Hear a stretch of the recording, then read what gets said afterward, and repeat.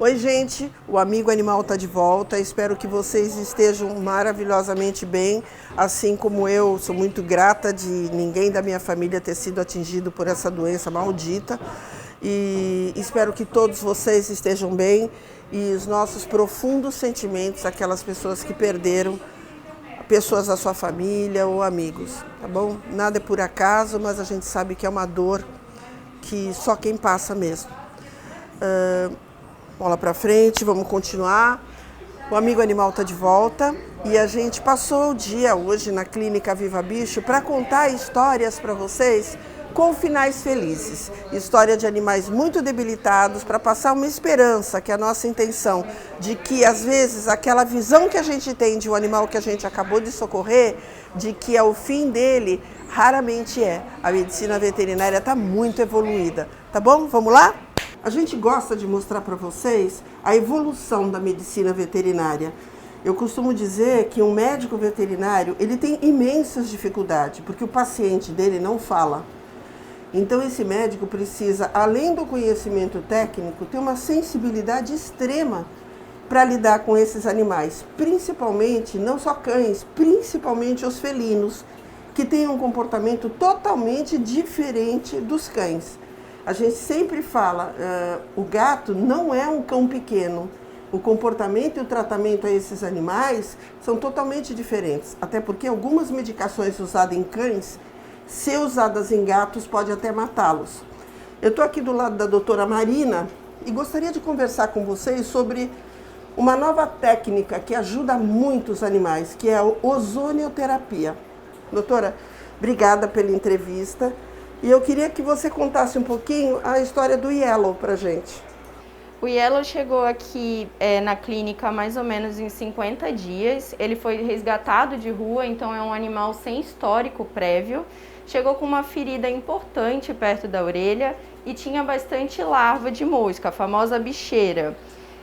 Vale ressaltar que é um animal que não é castrado, então provavelmente em decorrência de alguma briga gerou essa ferida e ocorre a oviposição das larvas da mosca. Dá licença, doutora, essa oviposição que a doutora está falando, são esses pontinhos brancos que vocês estão vendo nas fotos, o que são esses pontinhos brancos? São os ovos dos bichos, eles põem os ovos ali e dali nascem novos bichinhos. Então vocês vão ver que tem várias oviposições na cabecinha dele. Ele foi resgatado, eu acho que no limite da vida dele, porque em muito pouco tempo ele morreria. Esses bichos iriam entrar pelo ouvido, pelo nariz e ele teria um fim de vida muito triste, né, doutora? Sim, com certeza. Essa ferida era bem profunda, né, quando a gente começou a tratar. Ele passou 30 dias aproximadamente em tratamento com antibiótico terapia, anti-inflamatório, troca diária do curativo, limpeza, até que a gente desse início à ozonioterapia para acelerar esse processo de cicatrização e efetivamente fechar essa porta de entrada, porque isso vira uma porta de entrada para infecções importantes e ele não é um animal jovem. Então a nossa preocupação de acelerar esse processo era justamente essa. E a gente quer mostrar para vocês, doutora, depois da ozônio, essas feridas que você depois vai explicar em quais situações se usa o ozônio, essas feridas, eu percebo que elas têm uma cicatrização muito mais rápida, né? Sim, exatamente. O ozônio, quando ele entra em contato com o corpo do animal, ele estimula diversos fatores que estimulam a cicatrização nesse local, falando especificamente no caso do Yellow, né? Ali na ferida ele vai estimular a formação de novos vasos, vai diminuir a inflamação, vai diminuir a carga bacteriana. Então o ozônio age não só no visual, mas também para a gente melhorar o bem-estar daquele animal. E tem um óleo que normalmente quem faz ozônio, eles dão junto, que é o óleo de girassol, né? Exatamente. Que é ozonizado também. Exatamente. É impressionante esse óleo de girassol ozonizado, viu, gente? A gente passa na ferida, em dias essa ferida já diminui de uma forma absurda. Eu quero fazer uma ressalva aqui, que é claro que quem trabalha com gatos ferais, quem tem um gato com temperamento mais independente, mais arisco, não tem essa facilidade. A gente, infelizmente, é assim que funciona. Não dá para todos os dias sedar o gato para fazer ozônio, uma vez por semana sedar para fazer ozônio. O Yellow é um animal que deixou fazer. Então, é muito mais difícil fazer isso num gato do que num cachorro. Então, assim, ele teve sorte por ele ter esse temperamento um pouco mais tranquilo. E mais, segundo as informações, o Yellow está doado. Então, a gente só está aguardando ele melhorar mais um pouquinho para poder entregá-lo. Queria que você falasse um pouquinho mais do ozônio e em quais situações que a ozonioterapia pode ser aplicada e quem pode aplicar a ozonioterapia. O ozônio, ele demonstra resultados muito expressivos, principalmente para dermatopatias. Então, feridas, alergias de pele, queda de pelo em decorrência de algum tipo de sarna, enfim. A minha maior casuística hoje é com relação a alterações na pele, porque é muito visual. Estimula o proprietário, ele paga com prazer, ele faz com prazer, porque é muito nítido de uma muito semana para outra. Também, né? Mas o ozônio também pode ser usado para modulação do sistema imune, para alterações inflamatórias, então animais idosos com problema de coluna, problema na articulação, a gente tem efeitos muito bons.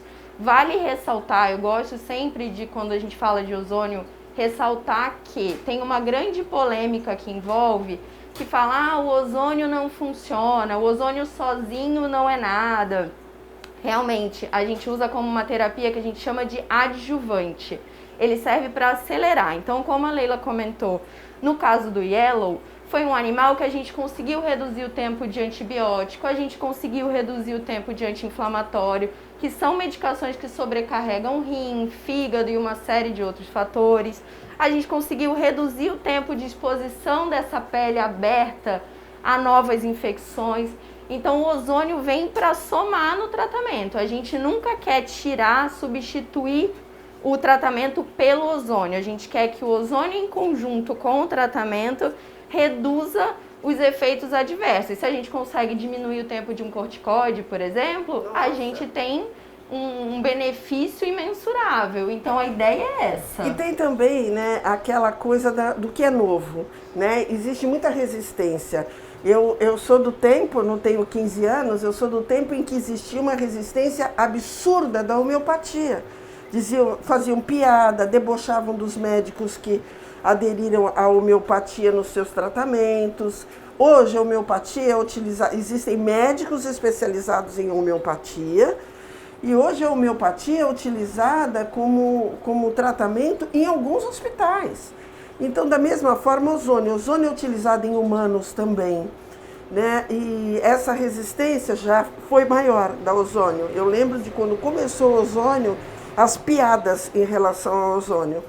Hoje, as piadas podem até existir, mas os resultados concretos da ozonioterapia, eles são vistos tanto pelos médicos veterinários que acreditaram na ozônio, como pelo dono do animal, que olha e vê que depois que começou o ozônio, a ferida diminui muito. Então são vários casos, inclusive a gente tem um caso do cachorrinho que a gente vai mostrar para vocês. O antes e o depois, um cachorrinho que chegou aqui com sarna demodécica, mas gente, era aquela sarna demodécica, ele não tinha pelo, era ferida pelo corpo todo. É claro que ele iniciou um tratamento, mas como a doutora falou, muito mais rapidamente, quando ele começou a fazer o ozônio, os pelos voltaram em 20 dias, eu acho, né? Uma coisa absurda que a gente vai mostrar para vocês também. Eu quero agradecer imensamente ao Yellow, que não aguenta mais ficar com isso na cabeça, viu, Yellow? Tá bom, Yellow, acabou. A Tainara, que cuida dele com o maior carinho do mundo, não só dele, como os outros dezenas e dezenas de gatos que tem no Gatil. E a você, doutora, muito obrigada pela entrevista, pelos esclarecimentos, e quando você tiver algum outro caso que você possa mostrar pra gente, para as pessoas que amam os animais, estão sempre abertas com essas novidades, você avisa a gente que a gente volta, tá bom? Muito obrigada. Muito obrigada.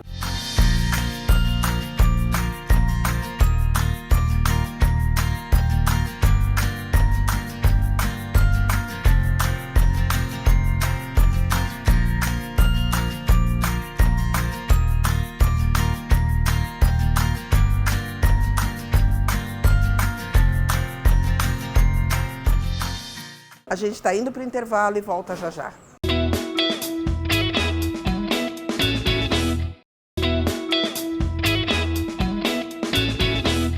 Voltando com o Amigo Animal, e a gente vai contar a história do Enzo para vocês. Vamos lá? Um assunto que é importante ser abordado com vocês é a questão da adoção de animais, né? E um paralelo com a venda de animais, com o comércio de animais. A gente não está aqui para julgar quem compra animais, em hipótese alguma. Eu, há 20 anos atrás, comprei um labrador.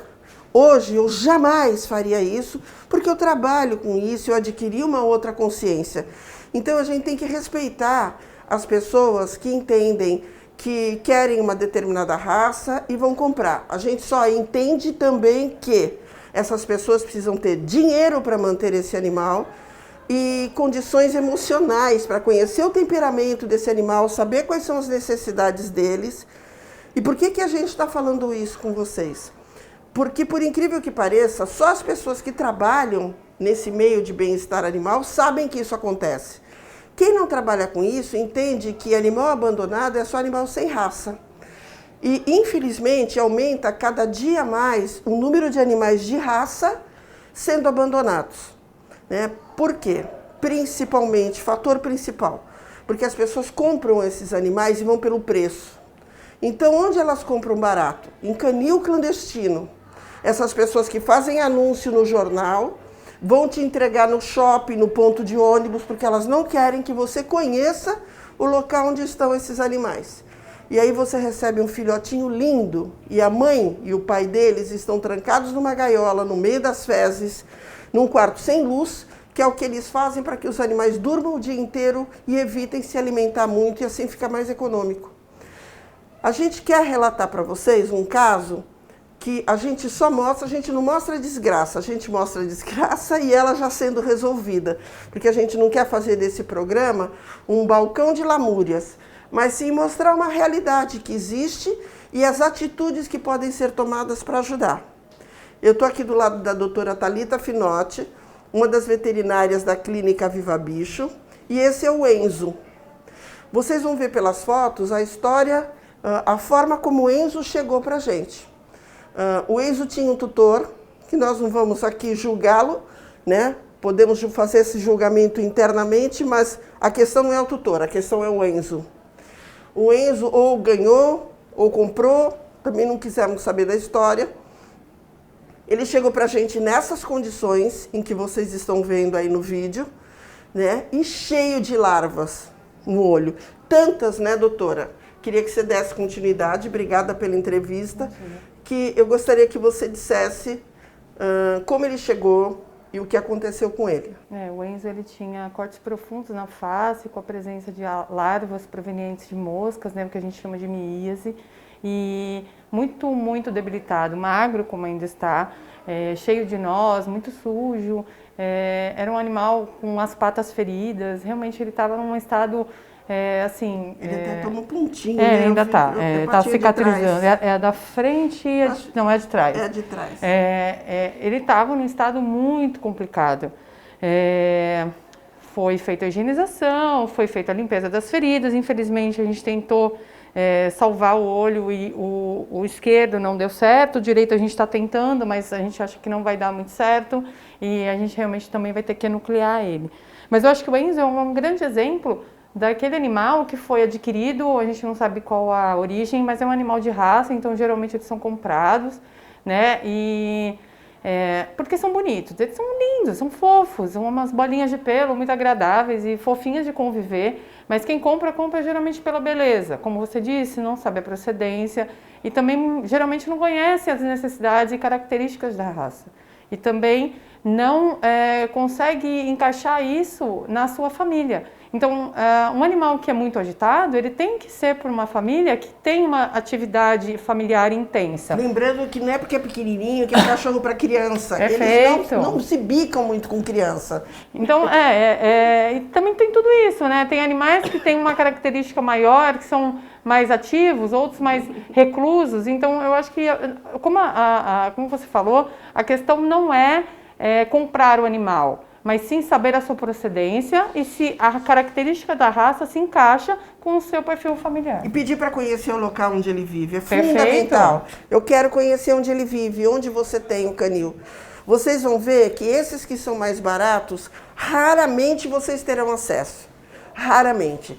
E aí a gente vê na mídia a quantidade de canis clandestinos que na linguagem policial são estourados, e aí você encontra 40, 30, 50 animais em condições deploráveis. Aconteceu isso com a Mel, né, com a Luísa. Aconteceu com a gente, que uma vez também pegamos 15 shih tzus dentro de um apartamento, já pegamos animais da raça crista chinês, e, enfim, é algo que precisa, se a pessoa quer comprar um animal de raça, que procure os canis sérios, que procure canis registrados, que, lembrando, só o registro não quer dizer que é um canil sério, porque hoje em dia é muito fácil registrar canil, e que vá conhecer o local, que vá conhecer os pais. Porque o canil que não te mostra o local, não te mostra os pais, com a desculpa de que não pode entrar estranho lá, porque eles estranham, porque passa a doença, blá, blá, blá.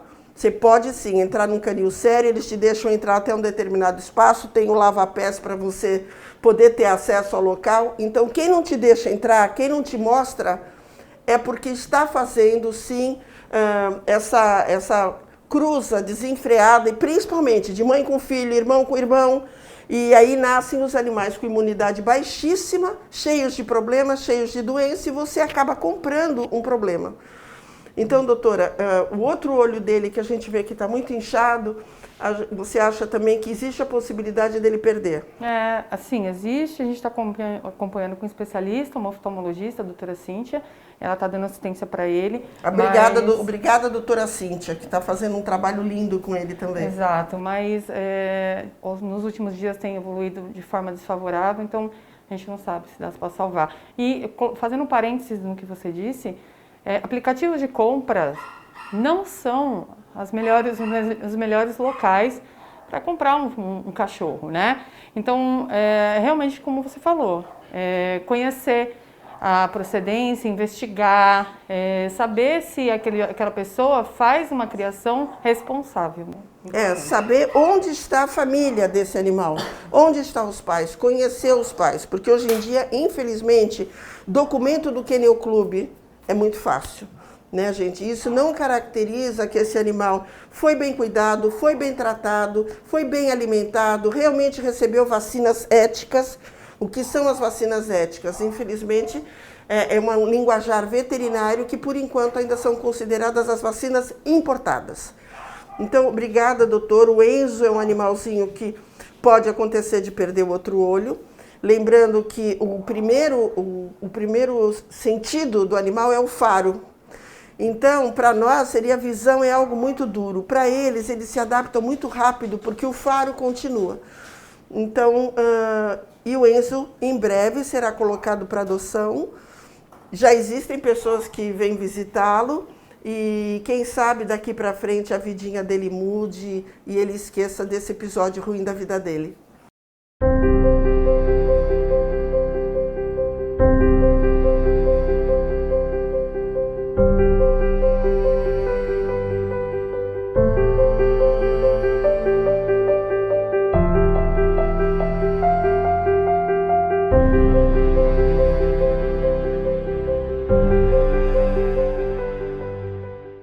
O Dr. Ronaldo é o médico cirurgião da clínica Viva Bicho, que fez a primeira cirurgia, talvez faça a segunda, no Enzo. E a gente vai conversar com ele sobre como funciona esse processo que se chama enucleação, que é o processo de retirada do olhinho, como funciona para o animal, como é a adaptação dele, tanto física quanto emocional. Obrigada, Dr. Ronaldo, ressaltando que o Dr. Ronaldo, para nós, da proteção animal, é um dos maiores cirurgiões que a gente tem, melhores cirurgiões que a gente tem. Com ele não existe dificuldade, graças a Deus a gente tem o Dr. Ronaldo aqui na clínica Viva Bicho. E eu queria que você me explicasse como é que funciona essa cirurgia de enucleação, Ronaldo. Bom, primeiramente bom dia a todo mundo. Como a Leila já disse, né, a enucleação consiste na retirada do globo ocular e as glândulas adjacentes, né? Geralmente os animais eles se recuperam muito bem, né? Por quê? No caso dele, a gente teve que fazer a enucleação por conta de uma miíase, uma bicheira na região ocular aqui. Então isso estava causando dor, incômodo para ele. Quando a gente retira esse foco de infecção, essa lesão crônica ou até mesmo um abscesso, que era no caso dele, isso faz com que dê um alívio muito grande, principalmente por questão de pressão. A gente tem que lembrar que o olho está bem próximo ao cérebro, então se tiver uma inflamação ou uma infecção aqui, a chance de ter um aumento de pressão tanto no crânio quanto das outras estruturas é grande. Então a gente retirando esse foco, a melhora do animal é significativa. Obviamente a gente entra com antibiótico, anti-inflamatório, analgésico forte para evitar a dor. E todos os animais, a grande maioria, se recuperam muito bem.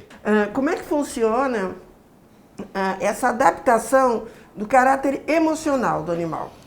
Bom, vamos lá. Acredito eu, como veterinário, eu tenho um olhar mais clínico em relação a eles. Às vezes para a pessoa, para o proprietário, para quem vê o animal, é muito mais chocante do que para ele mesmo, né? Eles se adaptam muito bem. É como uma amputação, né? Como se fosse uma amputação, principalmente de um gatinho. Às vezes a gente amputa a pata de um gatinho, o pessoal fica, ai meu Deus. No outro dia, às vezes o gato já está até andando normal, pulando, correndo. Então assim, o caso dele é um pouco mais delicado porque ele corre o risco de perder o outro olhinho também. Então isso vai demandar um processo de habilitação mais demorado por conta dele. Mas igual você havia dito na conversa com a doutora Thalita, eles têm o olfato muito aguçado.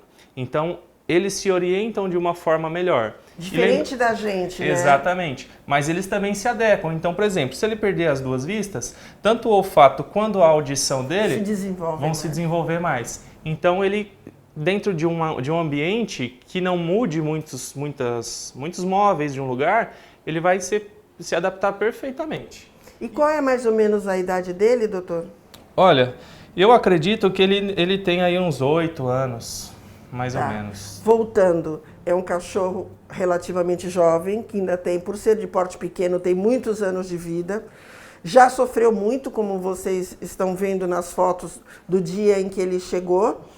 A gente quer um lar para ele, retomando, que não seja só amor, porque amor ele tinha e ele chegou nesse estado, né? A pessoa precisa ter amor e condição financeira. Porque essa tendência dessa raça Shih Tzu, eles têm muito problema nos olhos, né, doutor? Problema de olho seco, né? Exato. A gente sempre fala, pensem muito, quem opta por ter um cachorrinho de raça assim, nas condições emocionais, nas condições de tempo e não só financeiras.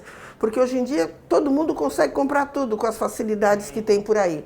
Esses canis clandestinos, então, te financiam em 10, 12 vezes, porque eles dão ração de 5ª categoria, eles arrumam adesivo de vacina e dizem que vacinaram. Quantas pessoas não reclamam depois que o cachorro que ela comprou morreu de sinomose? Então, procurem, quem opta por comprar, não compre. Mas se você optou por comprar, se você ainda não se conscientizou da importância da adoção, procure um canil sério, um canil onde te mostre o local onde estão as matrizes, que são a mãezinha e o paizinho dele. Vá no local, converse com o proprietário, conheça os outros canis das outras raças, se é que a pessoa trabalha com outras raças. Pessoa que esconde, não compre, porque você está comprando, financiando a tortura dos pais desses animais. Tá bom, gente? No caso do Enzo, ele está em excelentes mãos profissionais e vai ficar bem, vai ser colocado para adoção, repito, somente para pessoas com condições. Espero que vocês tenham gostado.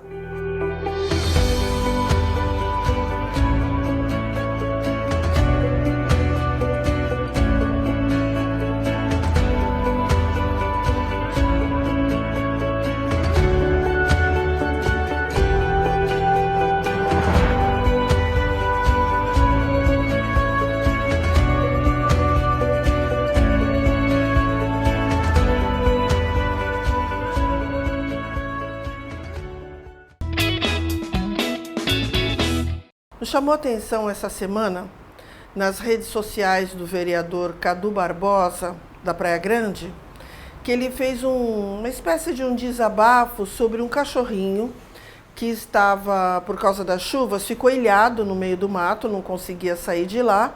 E uma pessoa, através de um áudio, contou para ele que tinha tentado ligar na saúde ambiental, que seria o centro de zoonoses, e pedido ajuda para resgatar esse animal que estava ilhado ali no meio do mato, mas que finalmente que foi negada ajuda com as explicações de que eles não têm material, não têm equipamentos e, é claro, não tem pessoal capacitado, como por exemplo um corpo de bombeiros, para fazer esse tipo de resgate. É completamente compreensível isso. Mas é um momento, já que quando a gente não tem nenhuma condição para prestar efetivamente uma ajuda, a gente precisa ter no mínimo solidariedade. E a gente sentiu nos áudios que essa munícipe da Praia Grande sentiu muito isso, né? Que eles foram, olha, liga para o Corpo de Bombeiros. É o correto, é ligar para o Corpo de Bombeiros. Mas o que as pessoas que trabalham com animais, que têm aquele discurso de essa não é minha função, eu só faço zoonose, e eu questiono, é função sim, porque o profissional da medicina veterinária fez um juramento. E a gente não está falando em resgate, a gente está falando em socorro para um momento desses. Então fica aqui um registro, né, bem chato, de que, puxa vida, a saúde ambiental poderia até eles terem ligado para o Corpo de Bombeiros, porque a gente sabe que quando é o poder público que liga, é diferente de quando o munícipe liga, não porque são melhores ou piores, porque pode dar mais detalhes, pode dar mais condições. Isso é claro, se o problema é ficar com o animal, porque é um problema, claro. Animal não é bibelô para ficar em prateleira, enclausurado, não tem espaço, não tem espaço. Mas ao menos falar, olha, eu posso te ajudar, eu posso ligar para o Corpo de Bombeiros, eu posso ir junto, eu posso olhar esse animal, eu posso te oferecer a castração desse animal, eu posso te dar vacina, não antirrábica, eu posso te oferecer uma vacina contra doenças infecto-contagiosas, tudo isso poderia ser feito, né? Mas não, liga para o Bombeiros. Então fica aqui um registro negativo, para que a gente sabe, tenho plena consciência que a prefeita Raquel, ela tem extrema preocupação com essa questão do bem-estar animal e não concorda com esse tipo de atitude. O animal foi resgatado sim pelo Corpo de Bombeiros, agradecemos publicamente aqui ao Corpo de Bombeiros. Quanto ao destino do animal, não conseguimos retorno, hipótese alguma, para saber se ele está com alguém, se ele ficou na região, porque ele pertencia a alguém daquela região. A gente não conseguiu retorno, mas com certeza o animal foi salvo. Fica aqui o registro. Oi, gente. A semana que vem a gente pretende contar uma história linda para vocês. Vocês devem ter acompanhado nas redes sociais a história dos búfalos que foram abandonados, 1000 búfalos abandonados numa fazenda. A gente pretende contar essa história para vocês, relatada pelas pessoas que até hoje ainda estão envolvidas com eles, tá bom? Até a semana que vem, muita alegria e muita paz para todo mundo.